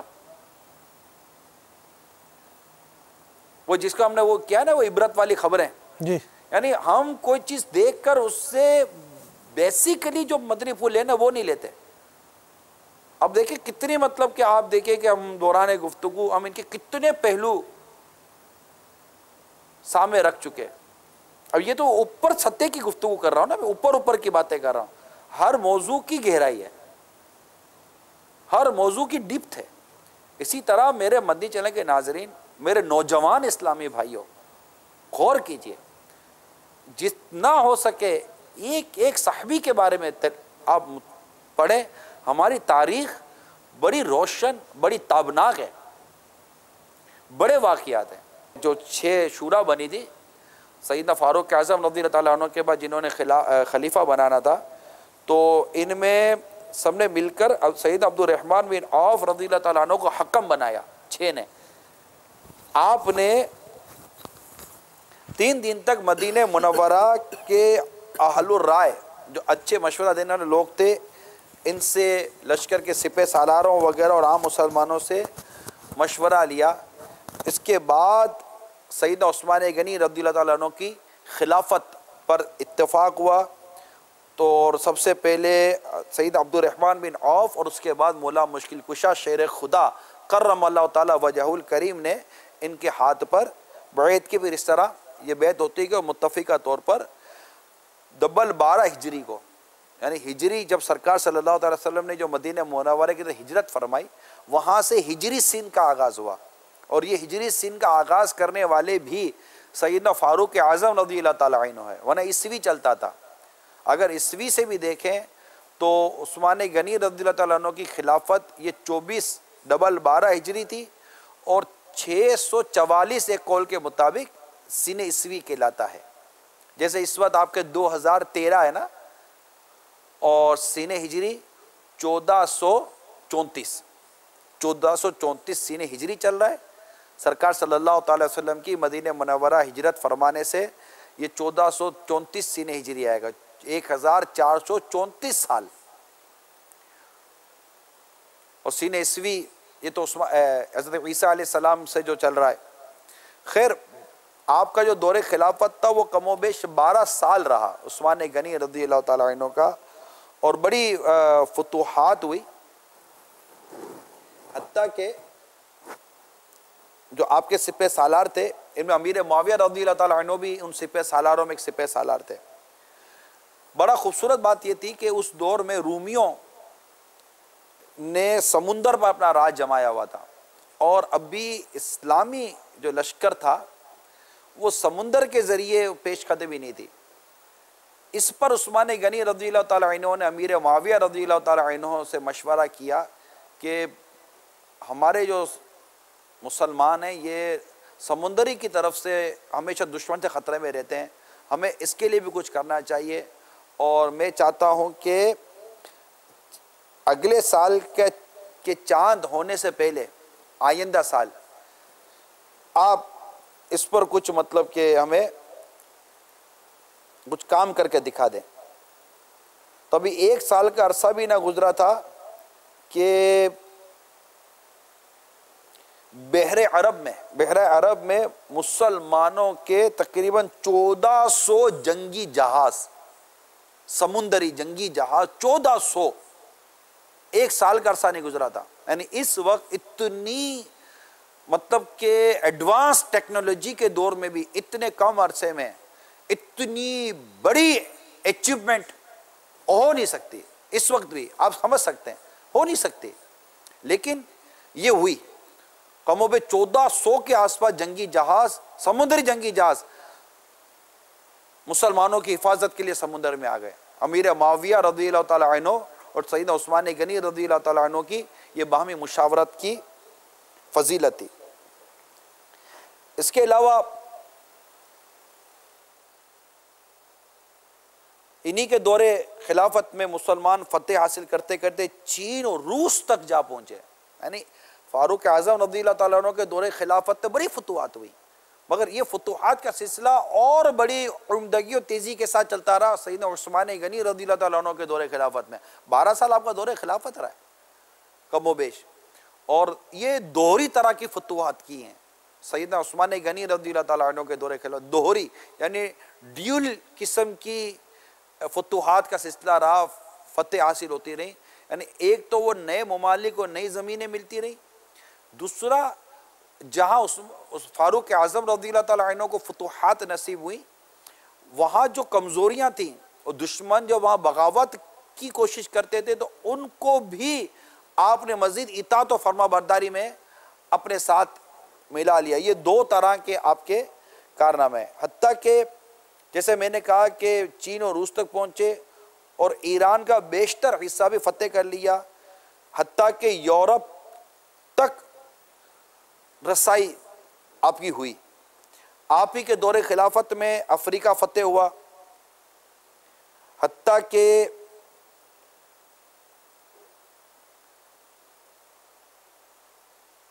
ایک ایسی قوم کے جن کے پاس ایک کشتی تک نہ تھی، وہ سمندروں پر اس طرح حکومت کرنے لگے کہ 32 ہجری میں استنبول تک جا پہنچے۔ یعنی یہ 12 یعنی 24 سن ہجری میں 24 سن ہجری میں تو آپ کو خلافت آپ کی ہوئی، اور یہ 34 سن ہجری کی میں بات کر رہا ہوں، تقریباً 32 سن ہجری یعنی 8 سال کا یہ عرصہ آپ لے لیجئے نا، تقریباً 8 سال کے عرصے میں استنبول تک جا پہنچے۔ اس کے بعد 25 سن ہجری پر آ جائیں، یعنی 1 سال کے بعد خلافت کے، مصر میں رومیوں کے ایما پر بغاوت شروع ہوئی، تو فاتح مصر سیدنا عمر بن عاص نے فوراً آگے بڑھ کر رومیوں کو شکست فاش سے دوچار کیا اور علاقے میں امن قائم ہو گیا۔ پھر آذربائیجان، آرمینیا میں بغاوت کی تحریکیں اٹھیں تو ان کو بھی قابو کیا گیا۔ تو اس طرح چاروں طرف اسلامی حکومت پھیلتی چلی گئی، حتیٰ کہ ہند کے جیسے گجرات کو لے لیں، خراسان لے لیں، تبرستان لے لیں، سوات لے لیں، کابل لے لیں، نشاپور لے لیں، تونس لے لیں، الجزائر لے لیں، مراکش لے لیں، اسپین وغیرہ، یہاں تک اپروچ ہوئی مسلمانوں کی، کتنی ترقی ہوئی آپ دیکھیے۔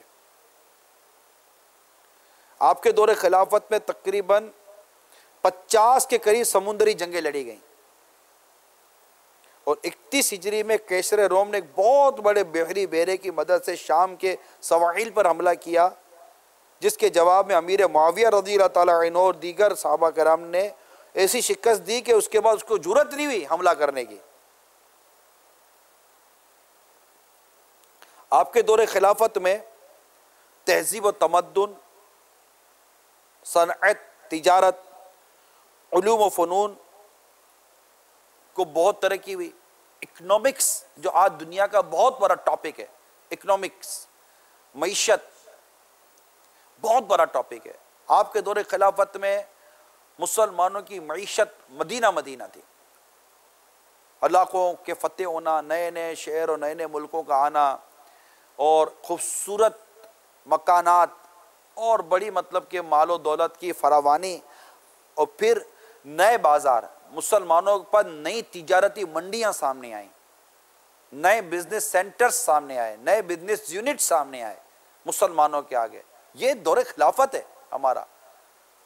اس وقت ہمیں ضرورت اس چیز کی ہے کہ ہمارے ان صحابہ کرام علیہم رضوان نے کس انداز سے رولنگ کی، پرنسپلز آف رولنگ کیا تھے اس وقت ان کے، یہ ہمارے لیے بہت زیادہ مطلب کہ بہت زیادہ گولڈن پرنسپلز ہیں۔ اور یہ ایسا تو نہیں باتیں ہیں تو سامنے ہے نا، کیونکہ انہی خلافت راشدہ کا ایک عکس اور ایک صورت اور ایک واضح اس کا مطلب کہ نقشہ ہمیں سیدنا عمر بن عبدالعزیز رضی اللہ تعالیٰ عنہ کے دور خلافت میں ملتا ہے، اور اسی طرح مطلب کہ آپ کے دور خلافت میں بھی ہم دیکھتے ہیں کہ مسلمان اس قدر غنی تھے کہ زکوٰۃ لینے کے بعد کوئی ایسا مسلمان نہیں تھا جو زکوٰۃ لینے کا مستحق ہو، سارے مسلمان غنی تھے۔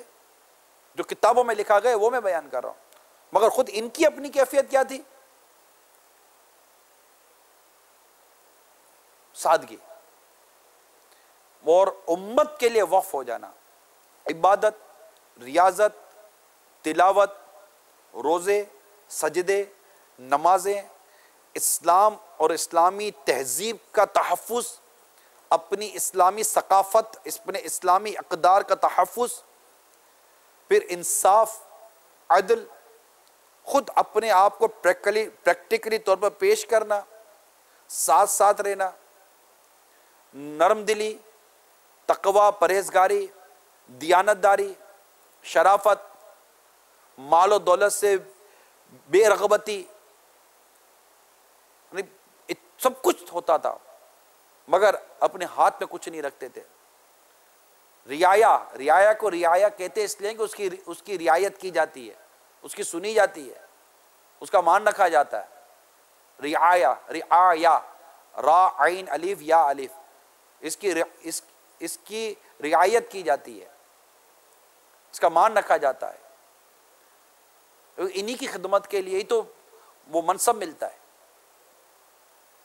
مگر ساتھ ساتھ یہ بھی ضرور عرض کر دو کہ ایک مسلمانوں کے خلیفہ گزرے، نام میرے ذہن میں نہیں آ رہا، انہوں نے رعایا نے اس وقت ان کی قوم نے ان کو کہا کہ آپ ہمارے ساتھ وہ سلوک کیوں نہیں کرتے ہیں جو سیدنا صدیق اکبر، فاروق اعظم وغیرہ اپنی رعایا کے ساتھ کرتے تھے رضی اللہ تعالیٰ عنہما۔ تو بڑا خوبصورت جواب دیا، فرمایا کہ تم اس وقت کی رعایا جیسا عمل کیوں نہیں کرتے ہو؟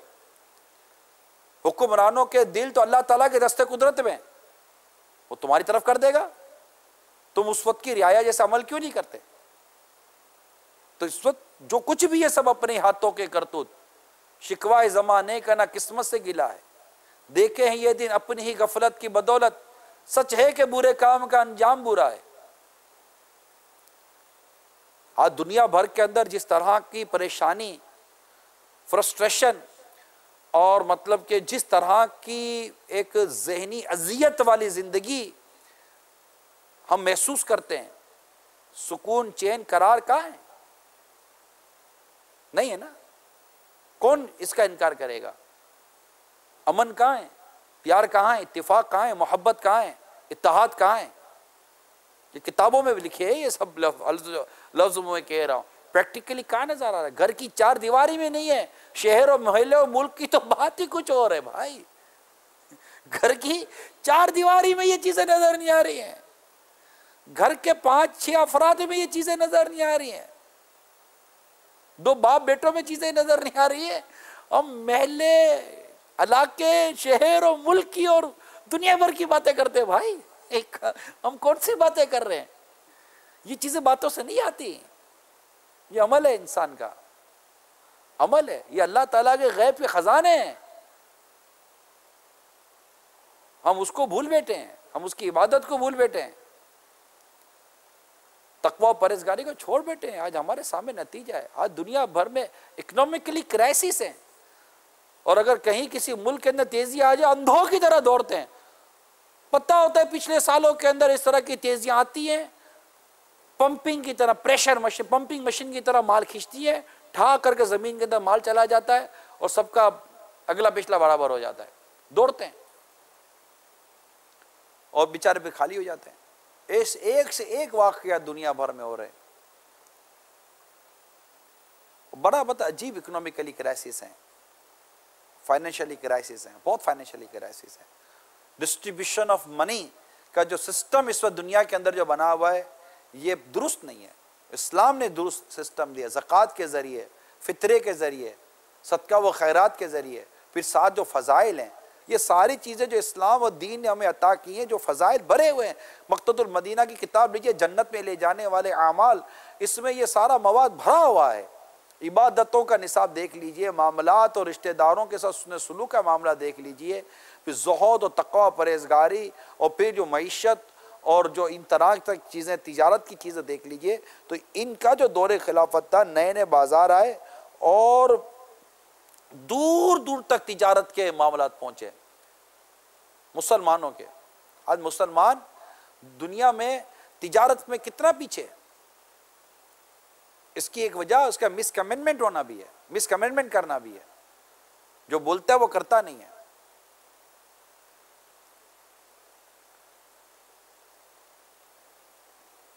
تو جیسے بات ہوئی کہ سیدنا عثمان غنی رضی اللہ تعالی عنہ کی پیاری و مبارک جو سیرت ہے، اس سے جو روشنی لے رہے ہیں، اس میں کافی دیر سے میں چل رہا ہوں، تو اس میں یہ جو پہلو تھا، جو آج ہماری جو حیا وغیرہ کی بات کرنے کے ساتھ ساتھ عبادت اور ریاضت و تلاوت کی بات کرنے کے ساتھ ساتھ جو ان کا یہ جو انداز تھا، جو ایک رولنگ پرنسپلز تھے، اس پر غور کرنے کی بھی اس وقت ہم سب کو کوشش کرنی چاہیے۔ خود ان کی زوجہ محترمہ ان کی تعریف کرتی ہیں، ان کا گھر میں کردار ایسا تھا، اتنا خوبصورت گھر میں کردار، یعنی جب ان پر حملہ ہوا اور ان کو جب شہید کیا گیا تو اس کے متعلق روایتوں میں لکھا ہے، یہ اپنے اللہ والوں کی جو باتیں ہیں، اس میں یہ بات میں نے پڑھی تھی کہ آپ کی زوجہ محترمہ رضی اللہ تعالی عنہ فرماتی ہیں، جب سیدنا عثمان غنی رضی اللہ تعالی عنہ کو شہید کرنے کے ارادے سے دشمنوں نے گھر کو گھیرا ہوا تھا، آپ اس وقت بھی اس سے بے نیاز تھے کہ لوگ انہیں شہید کر دیں یا چھوڑ دیں۔ آپ ساری رات عبادت کرتے اور ایک ہی رات میں پورا قرآن مجید ختم کر لیا کرتے تھے۔ خلافت تھی، امیر المومنین ہے، حتیٰ کہ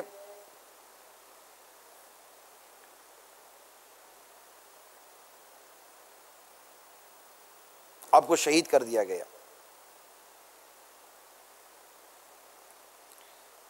حضرت سیدنا انس مالک رضی اللہ تعالیٰ عنہ سے مروی ہے کہ جب امیر المومنین عثمان غنی رضی اللہ تعالیٰ عنہ کو شہید کیا گیا تو آپ کی زوجہ نے قاتلوں سے فرمایا، تم نے اس شخص کو شہید کیا جو ساری رات عبادت کرتا اور ایک رکعت میں قرآن مجید ختم کرتا ہے۔ بتائیے حالات، ٹینشن، جو پوزیشن تھی اس پر غور کیجئے، اور پھر عبادت اور ریاضت اور تلاوت پر غور کیجئے۔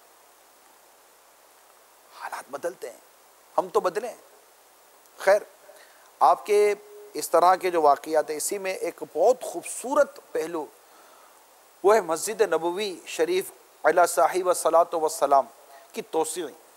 گرد و پیش قریب قریب کے جو مکان تھے، آپ نے مطلب ان کو بیش بہا قیمتوں میں خریدا اور ان مکانات کو مسجد میں داخل کیا اور خوبصورت ایک انداز سے مسجد کا معاملہ کیا۔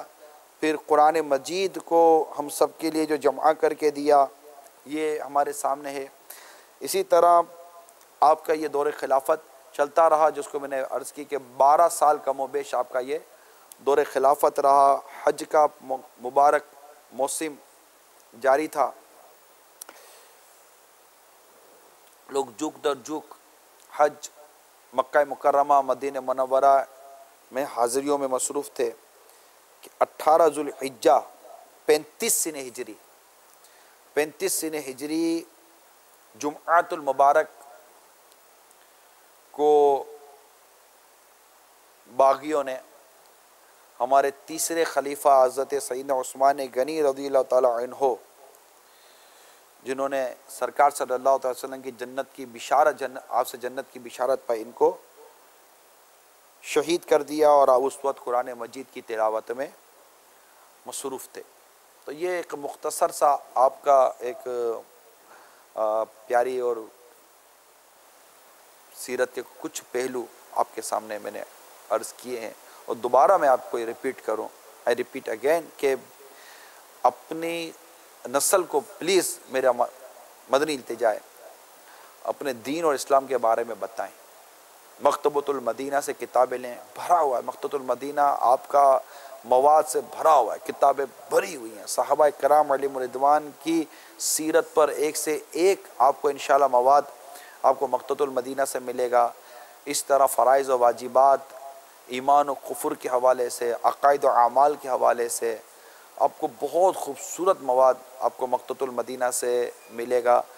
آپ مکتبۃ المدینہ کہہ سکتے ہیں کہ آپ کی ویب سائٹ پر موجود ہے، آلموسٹ مکتبۃ المدینہ آپ کی ویب سائٹ dawatIslami.net پر موجود ہے، CDs موجود ہیں، سافٹ ویئر CDs موجود ہیں، آپ وہ لیں اپنے مطلب کہ PC ٹیبلیٹ میں، موبائل فون میں، کمپیوٹر ڈیسک ٹاپ پر، لیپ ٹاپ پر آپ اس کو اتار لیں، مطلب ڈاؤن لوڈ کر لیں، اس کو سیو کر لیں اور اسے استفادہ کریں، کتابیں لیں اپنے مکان کے اندر، اپنے گھر کے اندر، اگرچہ مختصر ہی صحیح مکتبۃ المدینہ کی کتابوں کی ایک لائبریری بنا لیں، VCDs رکھیں، کیسیٹیں رکھیں اور پڑھتے رہیں، دیکھتے رہیں، سنتے رہیں۔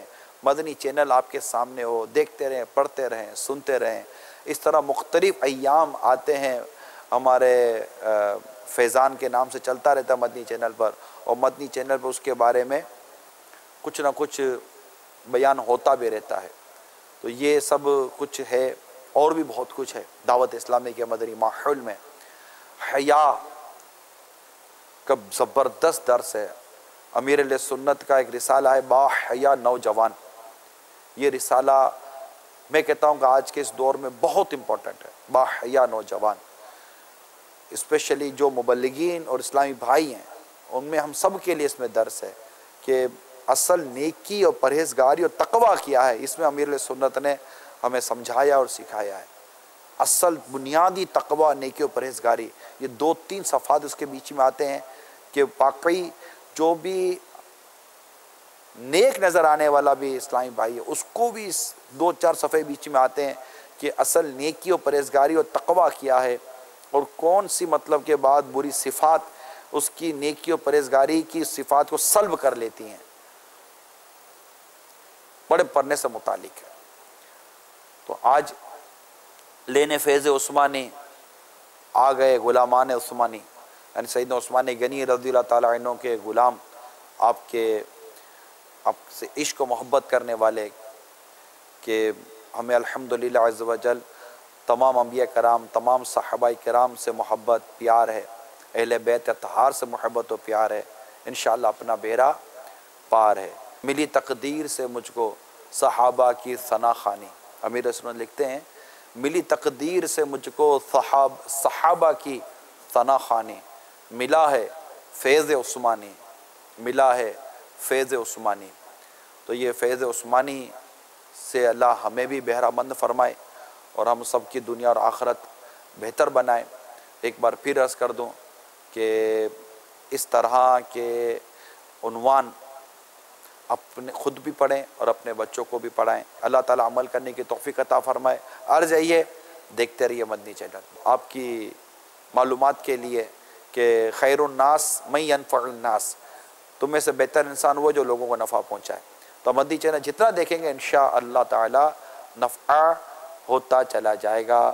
اللہ تعالیٰ عمل کرنے کی توفیق عطا فرمائے اور سیدنا عثمان غنی رضی اللہ تعالیٰ عنہ کا فیض ہم سب کو عطا فرمائے، ان کی محبت عطا فرمائے، آمین بجاہ النبی الامین صلی اللہ تعالیٰ علیہ وآلہ وسلم۔ اسی ماحول نے ادنا کو اعلیٰ کر دیا دیکھو، اسی ماحول نے ادنا کو اعلیٰ کر دیا دیکھو، اجالا